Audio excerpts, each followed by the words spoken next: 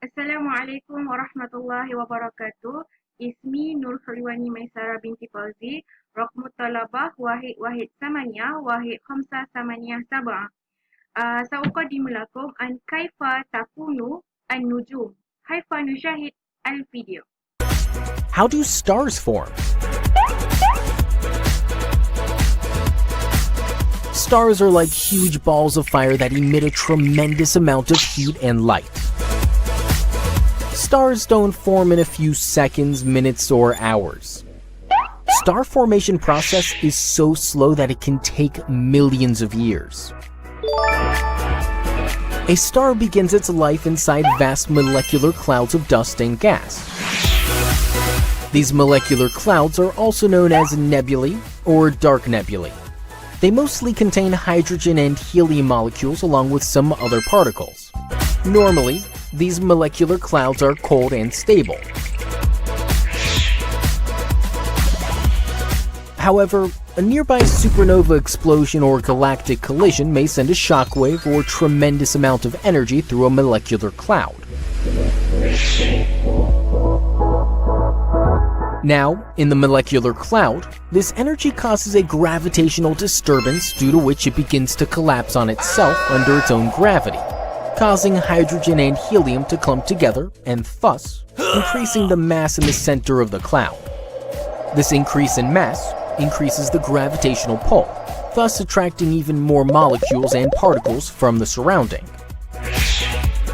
As more and more molecules and particles collapse or fall into the center of the cloud, the center begins to heat up. This heated center or heated core is known as a protostar. A protostar continues to pull more molecules and gets hotter and hotter until the temperature and pressure reach to such an extent that hydrogen nuclei begin to fuse with one another, producing helium and releasing heat, light, and radiation.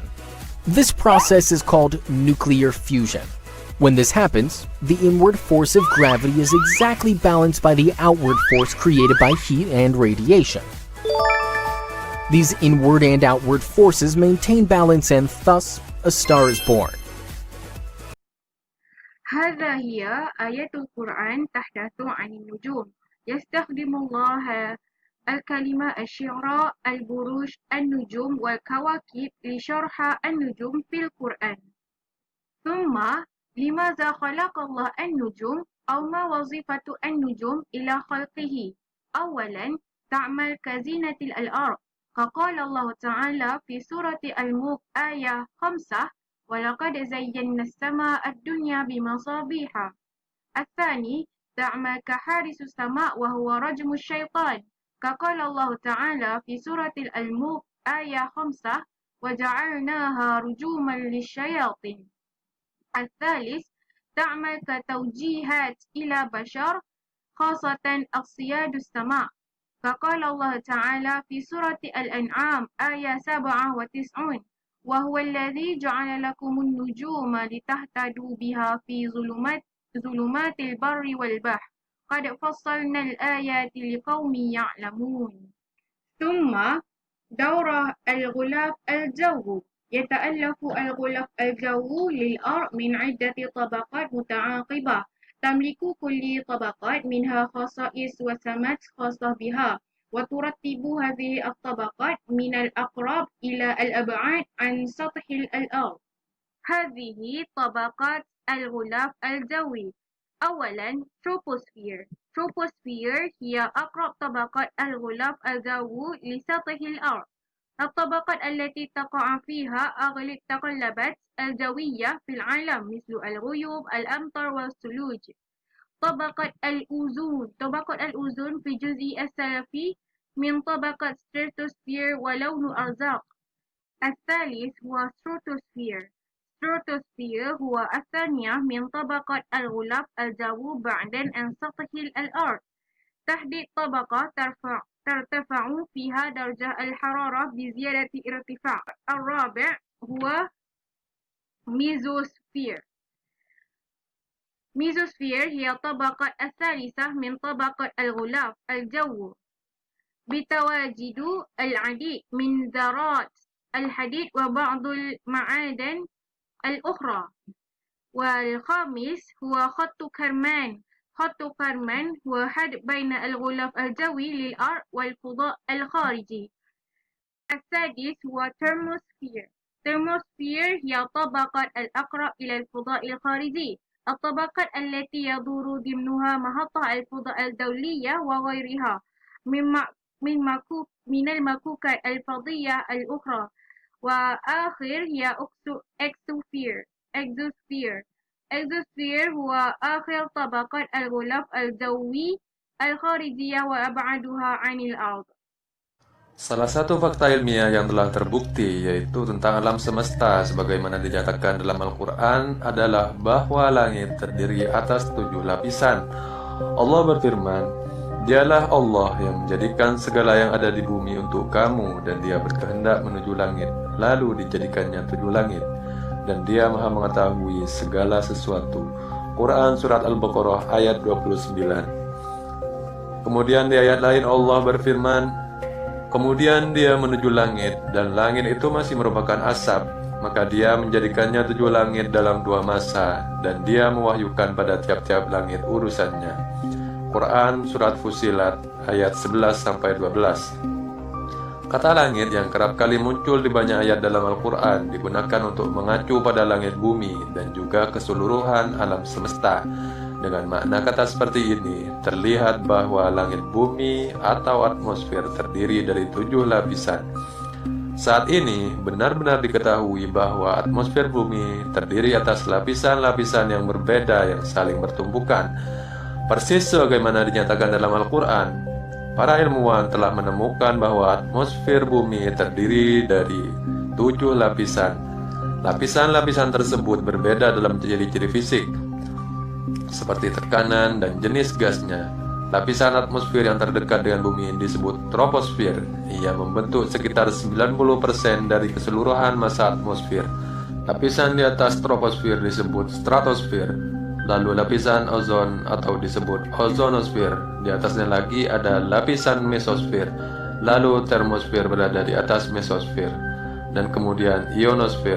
Dan yang terakhir, bagian terluar atmosfer bumi membentang dari sekitar 480 km hingga 960 km. Bagian ini dinamakan eksosfer. Keajaiban penting lain dalam hal ini disebutkan dalam surat Fussilat ayat ke-12. Dia mewahyukan pada tiap-tiap langit urusannya. Dengan kata lain, Allah dalam ayat ini menyatakan bahwa Dia memberikan kepada setiap langit tugas atau fungsinya masing-masing. Sebagaimana dapat dipahami, tiap-tiap lapisan atmosfer ini memiliki fungsi penting yang bermanfaat bagi kehidupan umat manusia dan seluruh makhluk hidup lain di bumi. Setiap lapisan memiliki fungsi khusus, dari pembentukan hujan hingga perlindungan terhadap radiasi sinar-sinar berbahaya, dari pemantulan gelombang radio hingga perlindungan terhadap dampak meteor yang berbahaya. Sebuah keajaiban besar bahwa fakta-fakta ini yang tak mungkin ditemukan tanpa teknologi canggih abad ke-20 secara jelas sudah dinyatakan oleh Al-Quran 1400 tahun yang lalu. هذه آية القرآن عن الغلاف الجوي. أولاً سورة البقرة آية 29. هو الذي خلق لكم ما في الأرض جميعا ثم استوى إلى السماء فسواهن 7 سماوات وهو بكل شيء عليم. ثم سورة الفصلت آية 11 و12.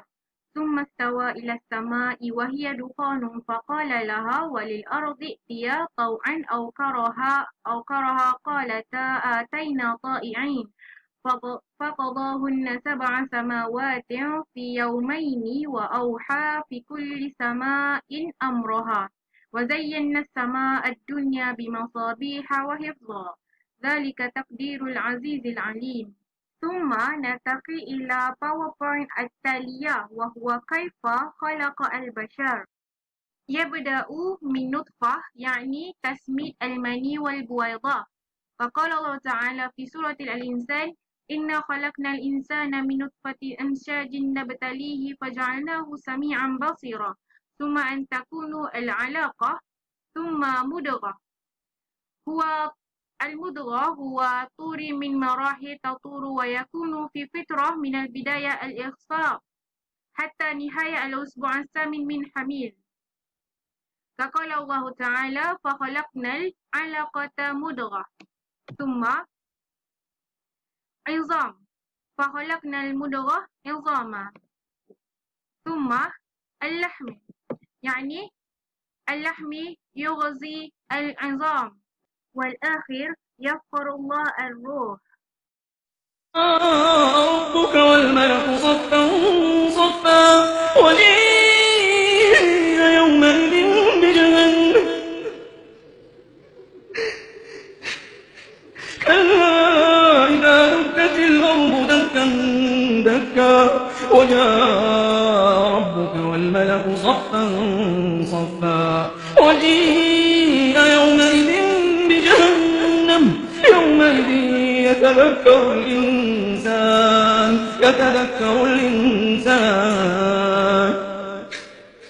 يومئذ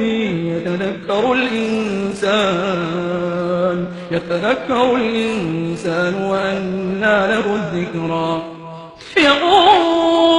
يقول يا ليتني قدمت لحياتي يقول يا ليتني قدمت لحياتي فيومئذ لا يعذب عذابه أحد ولا يوثق وثاقه أحد يا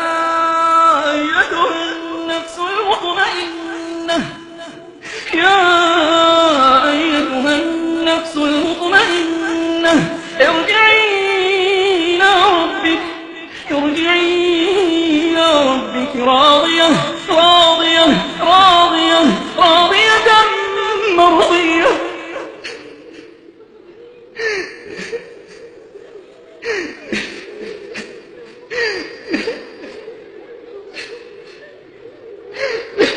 ثم الغرض من خلق البشر أولا للعبادة الله سبحانه وتعالى كقال الله تعالى في سورة الذاريات آية 56 وما خلقت الجن والإنس إلا ليعبدون ثم الخليفة كقال الله تعالى في سورة البقرة آية 30 وإذ قال ربك للملائكة إني جاعل في الأرض خليفة قالوا أتجعل فيها من يفسد فيها ويسفك الدماء ونحن نسبح بحمدك ونقدس لك قال إني أعلم ما لا تعلمون ثم الأمانة يعني الطاعة والمسؤولية كقال الله تعالى في سورة الأحزاب آية 72 إنا عرضنا الأمانة على السماوات والأرض والجبال فأبين أن يحملنها وأشفقن منها وحملها الإنسان إنه كان ظلوما جهولا